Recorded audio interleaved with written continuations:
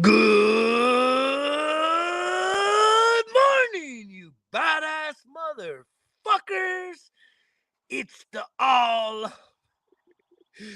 It's the results kill excuses. The morning drinking show. Caught myself slipping right there. Caught myself slipping. We doing life, motherfuckers. Good morning. I'm excited to do life today. Every day, motherfuckers. We doing life. As you can see, we doing what? We doing what? Uh-oh. Where is it? Results kill excuses, motherfuckers. Right? There's the perfect example for you, man. That's the perfect example for all you motherfuckers needing some inspiration today. It's okay to mess up. It's okay to make mistakes. Right? What we got to do when we make the mistakes? Right? You got to fix it. You got to learn from them. That's probably number one, right? If you make a mistake, right, you got to learn from it. Look, if someone else makes a mistake in your little tribe, in your circle, in your family, in your workplace, how do you treat people that make mistakes? Right? Someone fucks up, someone makes a mistake, right? And the severity of the mistake is not crazy. It's not detrimental. It's for sure not life or death, right? We can at least start there. That we ain't doing life or death stuff, most of us, right? But a lot of us, we freak the fuck out when people mess up, right? When people fuck up and we have an expectation for what? Perfection. We want people to be perfect. We always want expectations to be met.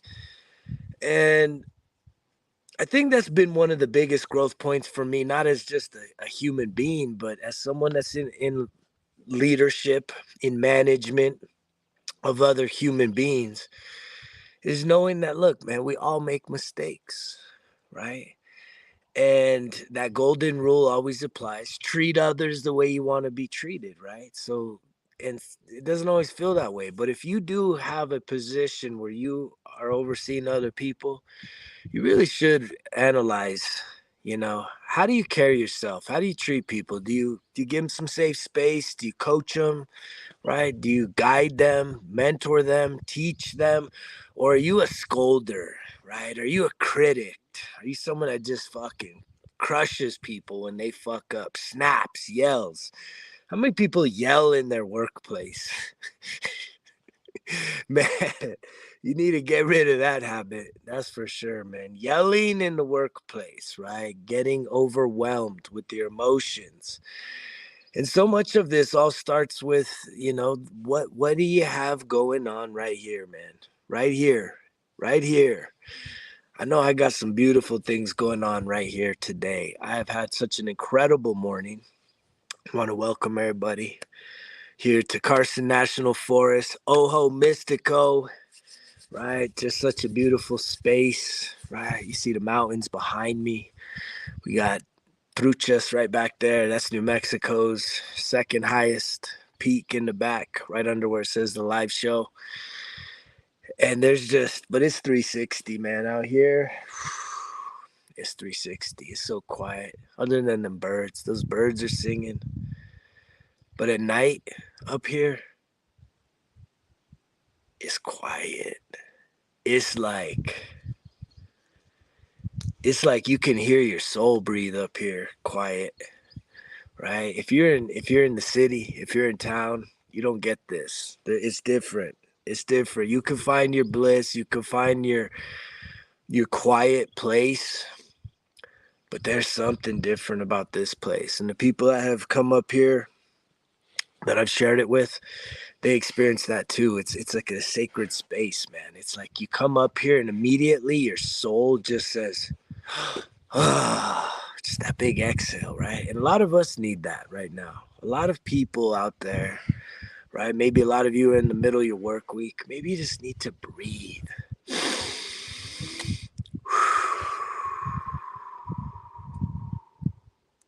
Just breathe, man. Just breathe. We get so wound up with expectations. We pressure ourselves. We stress ourselves the fuck out, right? because we always feel like we're under the gun, right? Always worried about getting everything done, and we get very overwhelmed with that mindset, right? And it's a Western way of thinking. It's the hustle or bustle. It's the hustle and bustle, the rat race, right? And it's kind of that hustle and grind mentality. I subscribe to a lot of that because I love putting in work, right? Overworking, outperforming, right? Myself, who I was yesterday. I can't compete against any of you watching this, right? I don't know what you're doing today. I don't know what gets you going. How if you're creeping while I'm sleeping, right? But that's always been my mindset. Is I'm gonna be creeping while others are sleeping, right? I'm not trying to outdo anybody. I just know that for me to get ahead, right? For me to get to where I want to go, I got to go above and beyond what I think is possible. And that's a challenging thing, right? And it doesn't wear me out with that mindset because if I'm asking for big things, right? If I know I'm capable of doing big things, right? Well, then guess what? I'm going to have to overcome big things, big obstacles, big challenges, big difficulties, right? In order to get to that place. I had someone recently hit me up, and, I think a lot of people, um, and I don't usually like this, is we could be very presumptive. We can be very, assuming, right? So people think, man, you're very busy. You're very busy. I don't like to use the word busy. I got a lot going on, right? But when people say, I know you're really busy, it's almost like you ain't got time for them or you're almost too good for them. And it's like, I got time for any one of you, man. Anybody ever need a few minutes to just vent, to just get some shit off your shoulder, man? Like, hit me up, right? I do got time for people because that is what truly gets me going throughout the day. It's like, I got to get up and focus on me. I got my morning routine on lockdown, man. I wake up, pop in the affirmations, pop in the positive vibe music, right? I'm not usually jumping into hip hop or country or rock, none of that shit, man. I'm talking about positive, right? Soul building, right? Emotional cleansing type affirmational music, sounds, beats. And then I get into the journaling, right? A lot of people have been asking about the journaling lately, and that's a beautiful thing because I'm gonna do a small, I'm gonna do a show, right, about journaling. I'll probably just go live one day and have my journal there and just kind of give everyone that's interested in maybe learning some new techniques when it comes to journaling that have been very effective for me. But I get into the journaling, right, and that's it's incredible. That's essential. It's a non-negotiable for me to journal every single day, right? A lot of us, we want to just do life based on what? Our thinking, right? We think we somehow have been told to believe that we can just think our way through shit, that we can just kind of figure it all out, man. Just figure it all out. You'll get through it. And it don't work that way. I mean, sometimes things work that way. Sometimes you can just have those thoughts and just act on them and move forward. But a lot of times people can really hit a place of really no direction by just getting lost in our thoughts. And I just recently finished a really good book. I highly recommend it. It's a quick listen or a quick read. It's called Don't Believe Everything You Think. And the reason why journaling has become such a important part of my daily routine is because it helps me to really set intention on what I'm going to do today, having appreciation for what I've done, up until this point, right? Everything I did yesterday, having gratitude, having just thanksgiving in my heart, in my mind, in my soul, being like, man, I am so thankful. As I sit here and chalk it up today, this is kind of how I start, man. It's like, man, I'm just so grateful, man. I just start downloading gratitude, right? And it's not always the same stuff. Oftentimes, I can be very grateful for what I have. I can be grateful for this journey that hasn't always been easy, man. It's been very difficult. When you come from that shit, just a lot of fuck ups, right? A lot of failure. The journey is not easy, right? And you'll hear people say, it's worth it though. It's worth it. Just hang in there. And, you know, I kind of hate hearing that sometimes, but I'm believing it more and more, right? That I've stayed the course. I've continued to bet on me. I haven't given up. I've wanted to. I've absolutely wanted to delete myself plenty of times over the course of my life, right? And I'm grateful I haven't. I'm grateful that I get to still be here to share this message with you guys, right? And I feel that the message now that we're going all in, results kill excuses, man. I have a huge vision for this brand, for this mantra, right? I see it as being one of the largest global professional development, performance, high achieving brands on this planet. And I believe I can make that happen. And I believe that I'm called to make that happen. But I believe that greater than any of that is if I can reach one person today, right? If I can plant a seed inside of somebody that gets a hold of this message and says, wow, I hadn't thought about it from that perspective. And it's encouraging when I get new people coming on. And maybe they're not even new. Maybe you're just finally feeling comfortable enough to reveal yourself. And I can't tell you how encouraging that is for someone like me, because I don't always know, right? I see the views, but I don't always see the likes. I don't always see the comments. And so when you interact and you sort of say, hey, man, I've been checking in and I really appreciate this, man, that's a beautiful thing. It's a special thing. It's very empowering. It definitely empowers me, but it also empowers you, right? Because we do need to acknowledge the things that feed us, feed our soul, not just feed our mouth, not just feed our bodies, but nourish our soul, our energy, our minds. We need to acknowledge those things. And I know that a lot of my message has been difficult. It's challenging to many, many, many people have encountered this message. And even as I kind of look back on the past year plus that I've been doing a daily show, right? I can realize that, man, this time last year, I was pretty fired up. I was very fired up. I had a lot of amazing things happening, but there's been a shift in my energy of late. And it's incredible to see that all the work, all the commitment, all the focus, all the dedication every morning, waking up early, sticking to this routine that's run across this board, man. These are the 5 principles of my daily life. And I always tell you, I constantly repeat this. I don't hit on all 5 of these things every day, right? I'm up here at the ranch, right? One of the visions I have for up here is to have just this incredible private personal gym. It's not here yet, but it's coming. And so I know today I'm not going to hit the gym, right?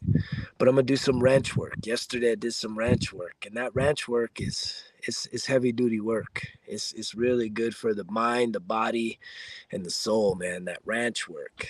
It's a lot of heavy lifting, a lot of getting a little dirt under your nails, right? That spring's coming in, and I got a lot of projects that I'm wanting to complete, and I'm grateful for having the opportunity to do that. But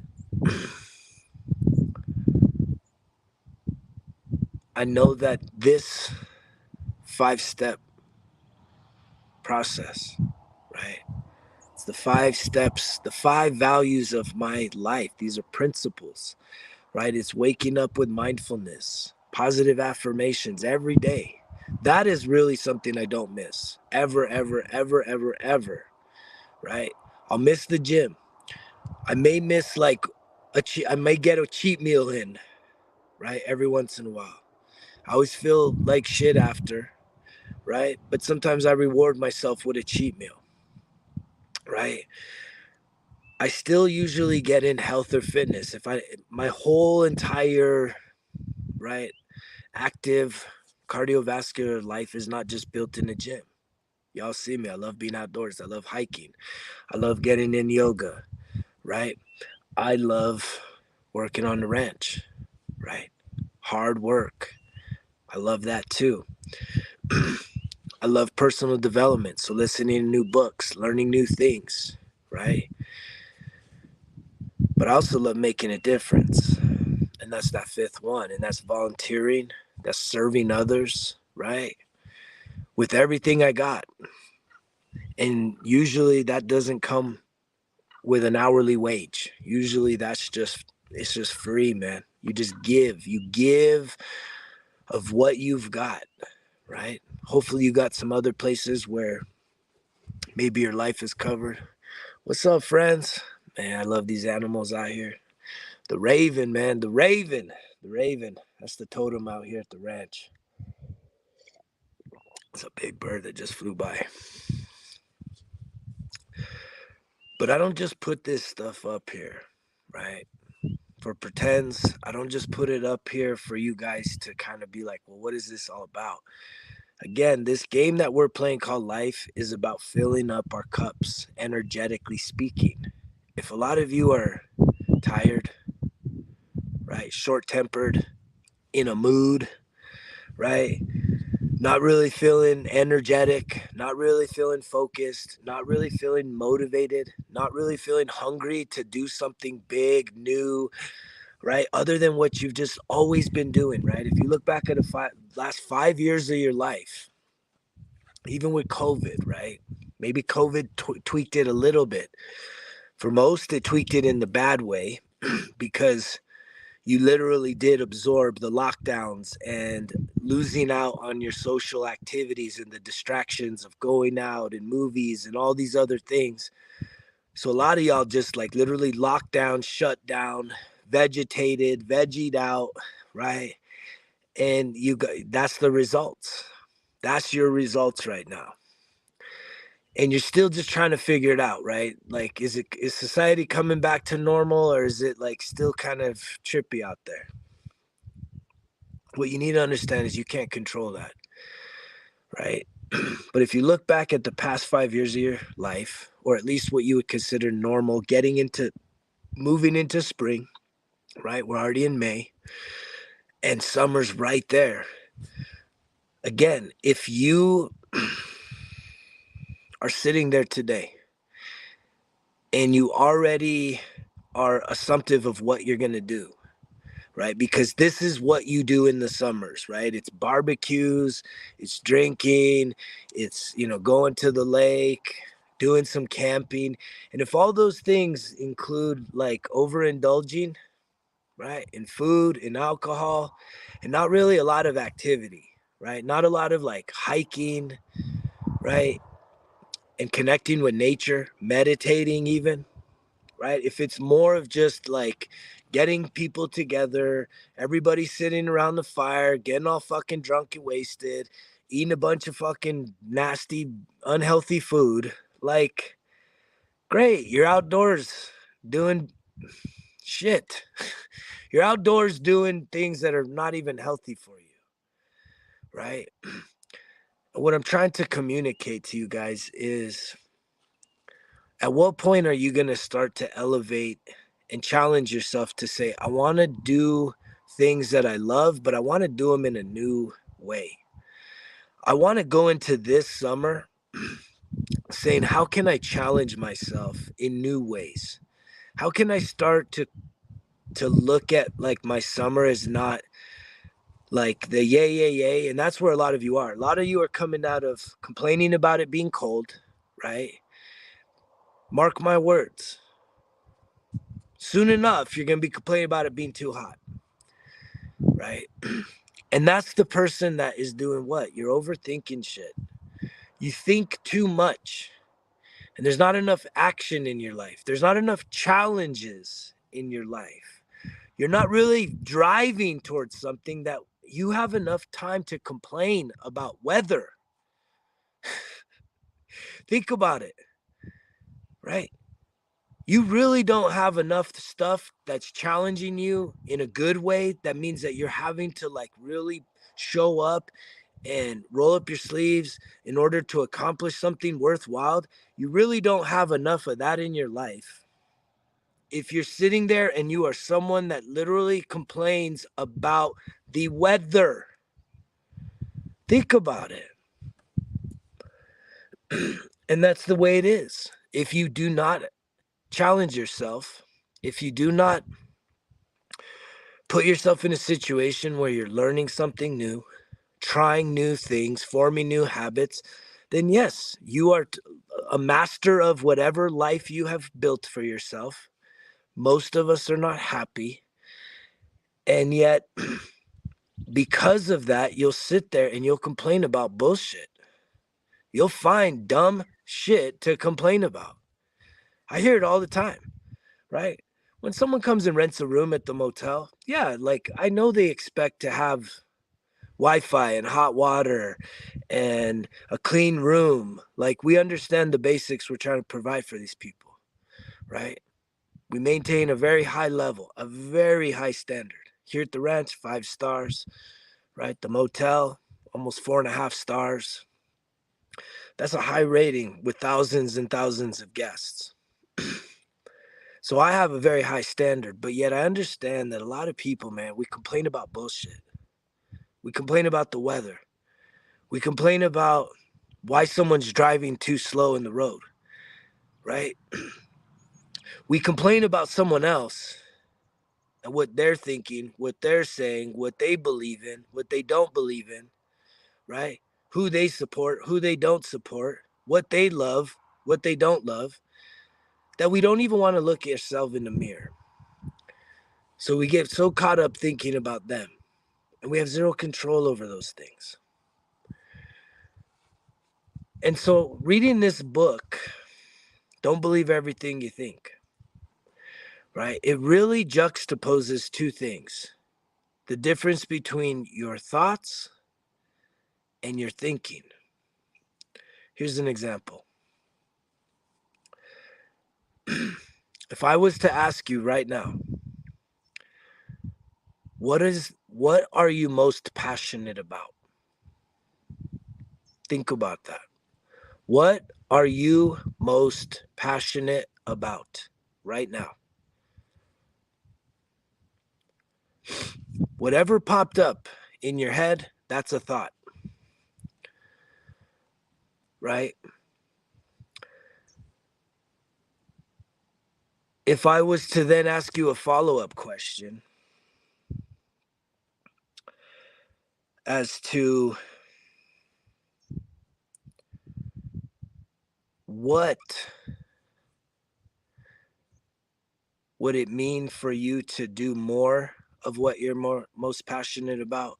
What would it mean for you to turn your passion into your life, right? To where you actually get paid to do what you love,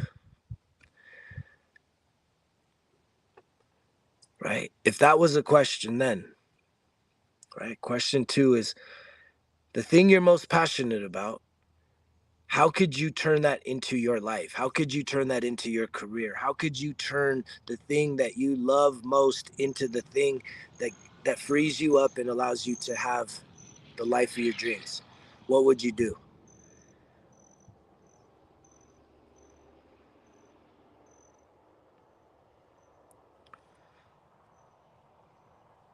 If you give yourself a little bit of time to really start processing those types of thoughts, that question, that becomes thinking. And here's the thing, is research shows that the more we think, right, the more negative we go, because then what happens is we may start positive. If we're a little tuned positive, and I've experienced this with myself, if I think about the things I'm most passionate or anything, right? The first thing that pops in your mind, that's a thought. But then as you start to really get deeper, right? The thinking then becomes negative, because then you start questioning all kinds of shit, right? You start over analyzing stuff. You start questioning, like, can I really do this? Is this really possible? What if this goes wrong? What if this doesn't work? What if I left my job and then something happened to me? And then, like, we just start having all this negative thinking, right? And most of us, right, are actually living based on what we think. And what I'm saying when I say don't believe your thinking is you need to, one, start to learn how to think less, because the more you think, the more negative you are. You need to start acting, because you know that when you do something, right? If you ever just do something, whether it's a chore around the house, or if you go to the gym and you're just like in a set working out, or if you're doing yoga, or you're reading a book, or you're engaged in something that's active, the thinking kind of turns off if you think about it. There's a lot of thinking going on right now. But it's in that state of flow is what I would call it, right? That we kind of shut off the mind. And then it's just like we're just doing something. And it's mindless. And a lot of times that can even happen in a negative way when we're eating, right? You ever been anxious, nervous, overwhelmed, right? And you go to the gas station, you buy a big bag of chips, or you're at the grocery store and you buy a bunch of shit that you know is not healthy for you. And you also know that if you buy it, you're probably going to eat it all. Because you wouldn't buy something that wouldn't get eaten in its entirety. Usually that's what's going to happen with something especially unhealthy, because we think it satisfies us, but at the end of the day, we'll sit there and we just mindlessly, right, start eating, right? And before you know it, you're like, fuck, I just ate a whole bag of chips. I recently did that, right? And it was like I was overthinking. I wasn't allowing my emotions to process about a specific situation in my life. And I was going to the store and I said, I totally skipped kind of those middle aisles, because they say that's where all the junk food is. But I ran into somebody that I knew and it triggered something. And I said, you know what? I'm going to go get some snacks over here. I'm going to share them with my kids, my teenagers. Now they didn't get to even see that shit. Total fucking guilt, man. Total beating myself up, because, again, I didn't process the emotions. I didn't process that trigger.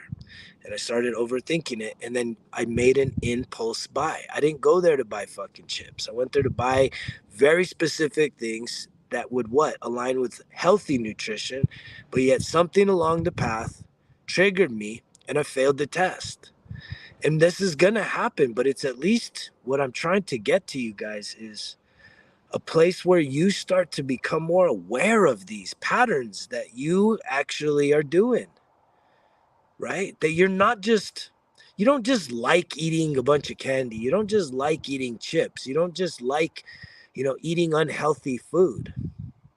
Right? This is impulse stuff of where you feel uncomfortable. They call it comfort food for a reason. Do you get that? It's called comfort food for a reason because guess what? Something emotionally is uncomfortable inside of you. And for some reason, we think that the food is going to make us more comfortable, but you know damn well that the next day you feel like shit. You don't feel good, right? You feel more unhealthy, right? You haven't dealt with the emotions, right? You haven't processed whatever needs to be processed, and that's a big part of it. And then what? You'll overthink the negative. And so even in terms of processing emotions, right? You do sort of have to think, but it's got to be conscientious thinking. You got to really be able to honor what you are feeling and why you're feeling it. I was talking to someone yesterday that's taking on a really big life goal, right? They're really stepping out and they've put themselves out there, and they're getting nervous because there's a lot of pressure right now to perform because they've put themselves out there and people are now looking and expecting them to show up. And this person's getting very nervous and a little overwhelmed and stuff. And so I was just taking a few minutes to mentor and coach and encourage this person that, look, right, you can turn on the motivational stuff. I go to that too. The rah, rah, rah, beat your chest, rah, I'm gonna fucking slay the day. That shit's good. But guess what? Even that doesn't get to the root of what is going on. We have to honor how we feel.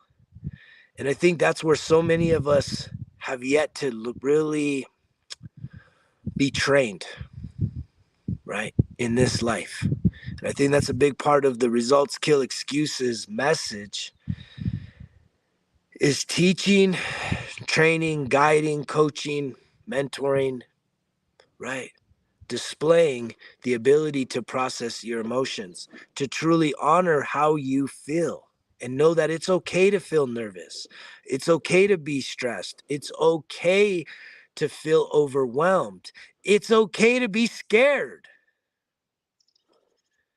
Because telling yourself, I'm not scared when you're fucking scared to death, that still doesn't accomplish it. Doing something that's really scary when you are scared to death, it helps, but it doesn't accomplish the underlying issue. And it's funny how easy this is, you guys. It's so simple, but none of us have really been trained on how to do this.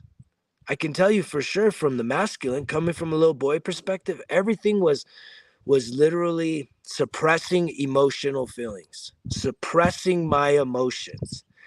And a lot of girls are treated that same way.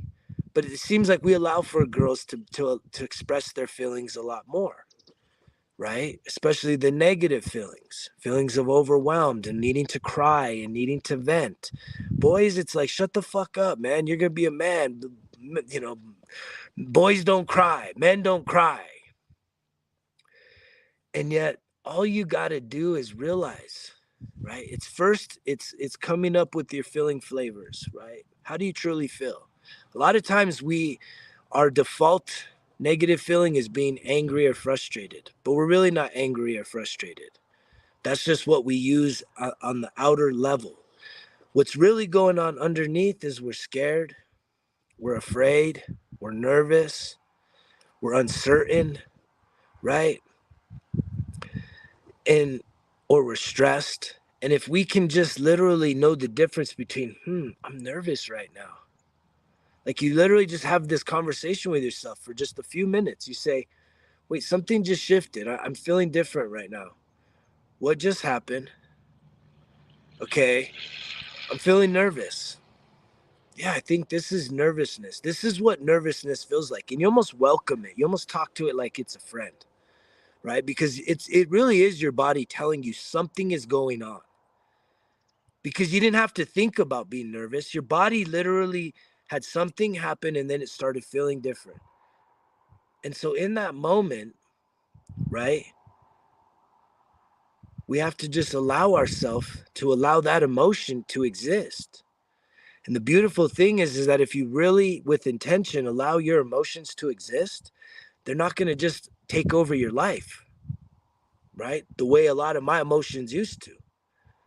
Because I would allow for the guardian emotion, right? Let's call it that, anger, right? To be the ruler of all negative emotions, like I'm talking about, right? Insecurity, stress, nervousness, being scared, being afraid, right? I would allow anger to be the emotion that was expressed when anger wasn't necessarily what's going on. I just didn't know how else to handle it.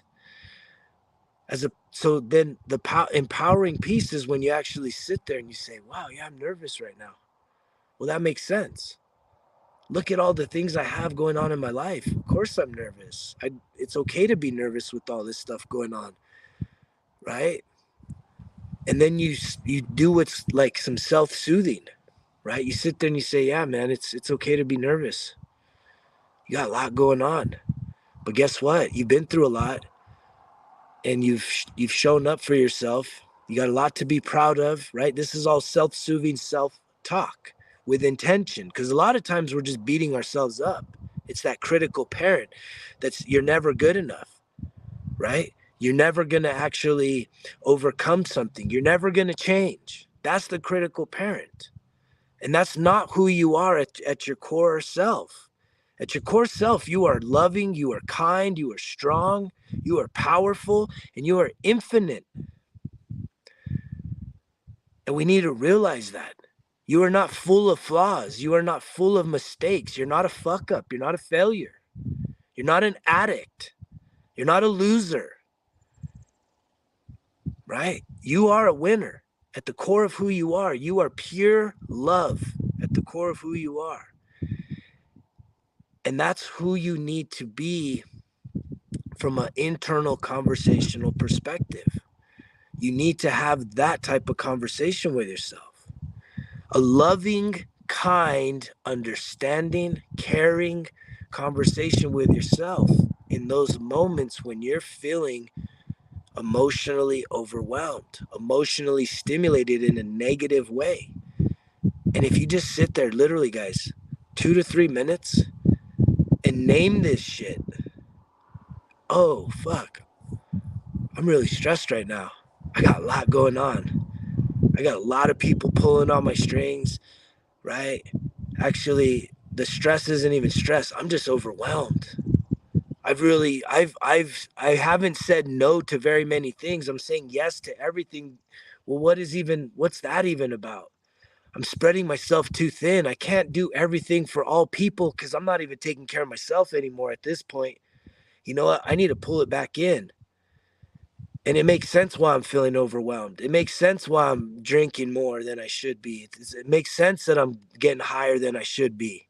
It makes sense why I'm eating unhealthy right now. It makes sense why I don't feel like I have any energy, right? Maybe I need to go back and cut and say no to a bunch of stuff, pull back my energy, right? Really rebuild myself so that when I do reemerge as a better version of myself, more self-confident, self-centered, it comes across so negative. It's one of the most beautiful things, because when you are centered on yourself, that is the most powerful thing, because no matter what's going on outside of you, you ain't rocked no more. That's where I'm at right now, right? And I've had some major hits come my way lately, and yet I'll have a little slip up eating a bag of chips. Feeling like shit. But yet I'm continuing to even work through that. I know a few months ago, I talked about when I went to Arizona, I was going to buy this big ass bag of candy. And I'm like, dude, it's not about a candy. I don't have a sweet tooth. That's a lie. If you're someone that tells yourself you got a sweet tooth, you got this sweet craving, no, it's not. What you have is emotions that you're not allowing to live, to breathe, and to ultimately die. Because that's what happens when you allow them to live, when you truly are empowering yourself with intention to say, I'm overwhelmed right now. I got a lot going on. I'm scared. I'm afraid. Right? I'm nervous. That's allowing that emotion to live. And then you just let it feel the way it's going to feel in your body. And you self-soothe. You say, man, I love you. You start talking to yourself. I love you. I care about you. Showing yourself that kindness, guess what? It just dissipates. And that's when it dies. It releases. But when you go to the chips, when you go to the drink, when you get high, when you numb out, when you check out, right? You suppress it because you're avoiding it. And then it doesn't go away. It keeps haunting. It keeps reemerging. It keeps fucking with you. And it controls you and you don't control it. And you know what I'm talking about. And then you allow for what? You're thinking to just take over. as opposed to living with intentions. And really a powerful piece of the journaling that a lot of people have been asking about, is because a lot of times, I have to really write down intentions that exemplify my true self. Because like I said, the true person inside of there, the soul inside of who you are, is loving, is kind, right? Is powerful, is strong, is healthy, is active, right? Is beautiful, right? And yet we have put all of this other shit on top of it based on what our life experiences has been, the negative mostly, that have created what? Guards, right? We're hiding from ourselves. We're hiding from all this guilt, all this shame. And we need to really get to the root of who we are. We need to get back to that, because that's the voice that needs to talk to you in your journal, right? You can have real conversation with yourself. That's where my whole journaling experience started. Coming out of a 21-year marriage, expiring, right? And having to say, who am I? I'm no longer so-and-so's husband. I'm no longer a married man. Those are like major identity like deaths, right? Especially for over 2 decades, having that being a big part of my identity. So I had to start my journey of writing shit down by saying, who am I? And I challenge you to do the same thing. Who are you? Ask yourself that. Who am I? Are you just your government issued ID? The name on your Facebook profile, is that who you are? That's the totality of who you are. Are you just so-and-so's daughter, or so-and-so's mom or dad, or so-and-so's cousin, or so-and-so's brother or sister, right? Are you just the graduate of whatever school you went to, right? Are you the failure? Are you the one that's fucked up your whole life? Are you the addict, right? Are you the one that messes everything up? Is that who you are, right? Or is there something better inside of you? And for me, I had to chalk up the good, the bad, and the motherfucking ugly in order to get to my true self, right? Because that's real talk. That's being authentic. And that's what the empowering piece of the journal is all about, is when you can literally sit there and just have honest conversation with yourself about yourself, right? Who you've been, who you are, and who you want to become. Do you understand the power of that? Acknowledging with 100%, zero fucking excuses, who you used to be, who you are today. If you're fat, you're out of shape, that's who you are, right? Right? If you're a cheater, if you're a liar, that's who you are. But that doesn't mean you have to stay that way. But you do have to fucking admit it. You got to be honest with yourself in order to overcome it. Because if you're sitting there in denial and you're bullshitting yourself about absolute factual things about your life and your part, what you have created, because you are the creator of your life. As much as you want to blame everyone else, much as you want to blame someone else for coming into your life and screwing you over, fucking you over, right? It's all their fault. If you had never met them, everything would be different. That's so fucking hypothetical. That is such a delusion. Everything is divinely perfect. Can you accept that? That no matter what you are facing right now in your life, no matter what you have been through, can you give yourself permission to believe that everything has happened for you? For you, not to you. Very specific language right there. Catch that. Everything has happened for you, not to you. And what is it for?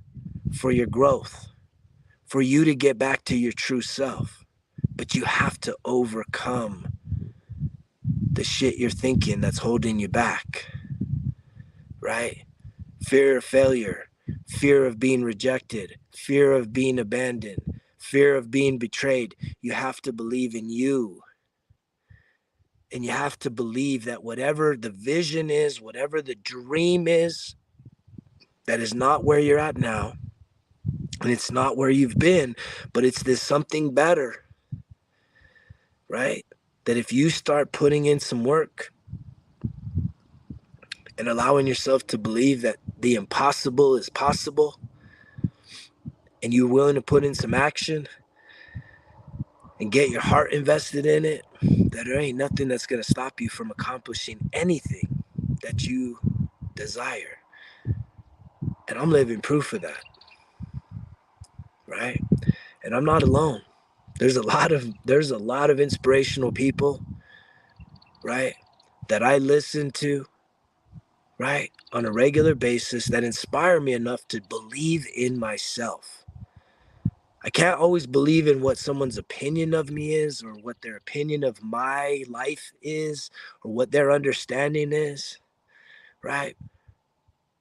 Because they only see from their perspective. You only see from your perspective, no one else. You can share all of the things that you want to share with somebody. You can just pour out your whole entire experience. And guess what? They still have to filter even the most common words that you use through their understanding, through their definition. They do not understand exactly what you are going through, or what you are seeing, or what you are thinking, or what you are imagining. And so they are going to project their fears, their uncertainty upon you, right?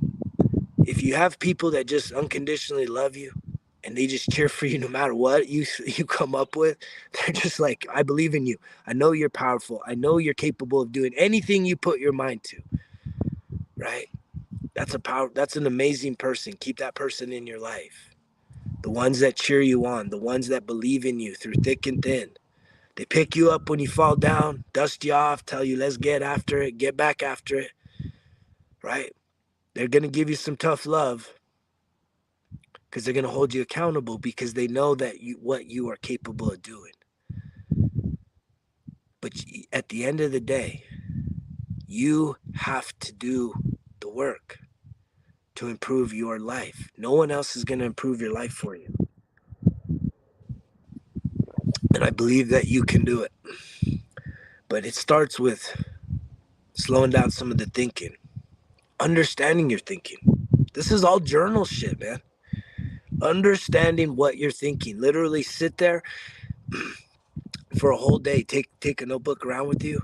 And every time that you're just started to think negative thoughts, what are you talking about? What is the dialogue going on in your head? Like, think about it. You have something going on in your head. Is it positive? Is it negative? What is it? Is it all doom and gloom, or is it all fucking rainbows and butterflies and unicorns? Right? And it's your choice. It's your choice. You do have the power to take back control over your mind. Right? It's not easy, but it does take work. First, you got to clear your mind. I think that's a huge piece to this, man, is that sobriety. I'm never going to stop harping on that shit. I'm never going to force that upon somebody. I don't want to guilt trip anybody. But I know for me and my bad habits, I had to get sober, man. I had to clear my fucking mind, right? I had to cut off the thing that was causing me the most fucking heartache and pain, and that was alcohol, right? Because I know that it was leaving me in shambles, and I kept going back to it, right? Talk about toxic, abusive relationships. Fuck. Alcohol was the hardest relationship to end. And I'm so grateful. I'm coming up on a few months to 11 years of sobriety. But for me, it started there. I'm not saying that has to be your way, but for me, I had to clear my mind, right? Because if you're still numbing out, if you're still getting high as a motherfucker, if you're still getting drunk or pills or whatever the fuck you do, your thinking, right, your logic, right? Your conscientious decision making is not going to be so clear. And it does take a clear mind to make clear decisions, to make clear change, to bring about positive results, right? You want wishy-washy results, just keep doing what you're doing, right? But if you want some real results, right, it's time to get real. I'm going to keep showing up on this. I'm going to keep showing up here. I'm very passionate about this. I'm very excited about this next chapter in the Results Kill Excuses, right? This year is going to be a big year to really build the foundation. I can already tell I'm attracting a lot of people. Thank you. That's been supporting, right? The merch, right? If you ain't got yourself some merch, get yourself some merch. Start rocking that. That one slogan upon your chest could be the accountability you need. When you wear that shirt, you're like, today's the day I'm going to stack wins. Today's the day I'm going to get results. Today's the day I'm going to tell that little bitch voice to shut the fuck up. Because you know the drill. Results kill excuses. It's all on me. Greg's out.